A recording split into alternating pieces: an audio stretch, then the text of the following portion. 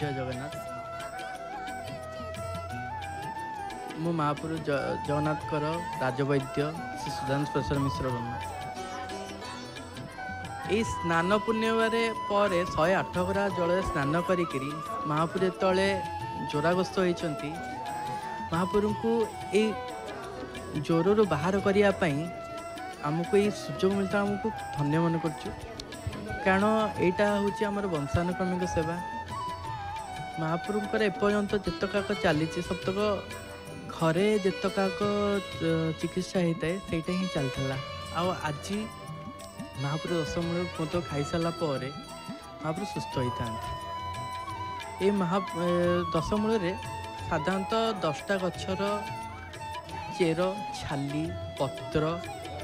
और फल कंटा व्यवहार होता है जहाँकि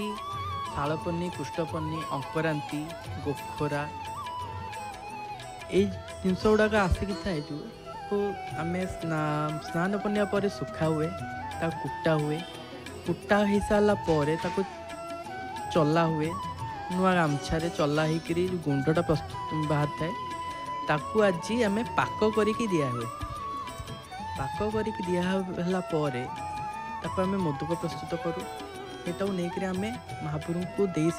गार्धरे हस्तांतर कर सारापर सुस्थता लाभ करता आम जितक आयुर्वेदिक जिनस अच्छी जहाँ कि आमर महापुर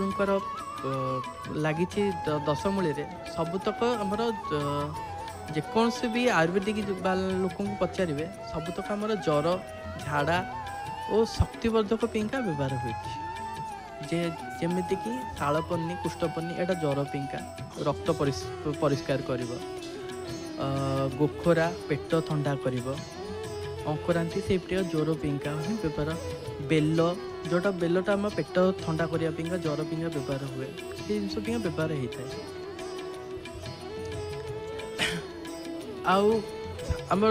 जदि देखिए महापुर जो ज्वर हो सारापर आम लोकंर जमी ज्वर हुए ज्वर हो सारापर शरीर घोलाबिंधा हुए घोलाबिंधा को काटिया घरे आशु चिकित्सा तेल मालिश करा हुए तेल मालिशटा बदले आम महापुर कहते हूँ फुलरी तेल घसा हे औष हे औष खाई सारापर जो देह भल हेनी महापुर को तापर राजवैद्य पाक आसो जे महापुर को देह भल होनी कौन सुस्थ करने चेक करूँ तापर सेटा हूँ आम दशमूल प्रस्तुत करके दिखाई दशमूल प्रस्तुत कर सारापर घर चक्का विजे हे चक्का विजे हो सारापर से औषध खाइबे जेहेतु जिनस गुड़ाक पिता आ टाण जिनस अच्छी ताकू घी सर खुआ महू इत्यादि पकाई सुस्वादु करा हुए तादर भांग पकाई टिके नाकू निद हवा पिंका भी दिया हुए तापर काली की महापुर सुस्थ होकर खल लगी हे खल लगी हो सारी सुस्थ हे आमर लोक मान जो डाक्तर पाक जाते डाक्तर कहते तुम टिके रोगर भल हो सारापर आपड़ बुली आसतु अलग जगह टे बुली आसतु कारण टिके ना स्थान परिवर्तन कले शरीर आउ टे सुस्थ हम तो महापुर आमर एका सागर दी प्रकार कम करेंगे एपटे भक्त को देखा करेंगे कारण भक्त सागर केते दिन से देखा ही ना तापर निज जन्मभूमि स्थान को जब भारी से परिवेश परिवर्तन करने टिके ना आराम होकर आसवापा आ जिनसटा कर सुजोग आमको मिली माने जी विश्व निहंता सी पाक समस्ते आशु आरोग्य पिंगा जाऊँगी सुस्थ कर दायित्व आमको मिली आई जिनसटा वर्णना करहबनी मोर ये जिनसटा कर मागुणी मामा कर से वैद्यरत्न थे तापर वंशानुक्रम से जेजेबा स्वर्गत विनायक मिश्र कर मु करुच्ची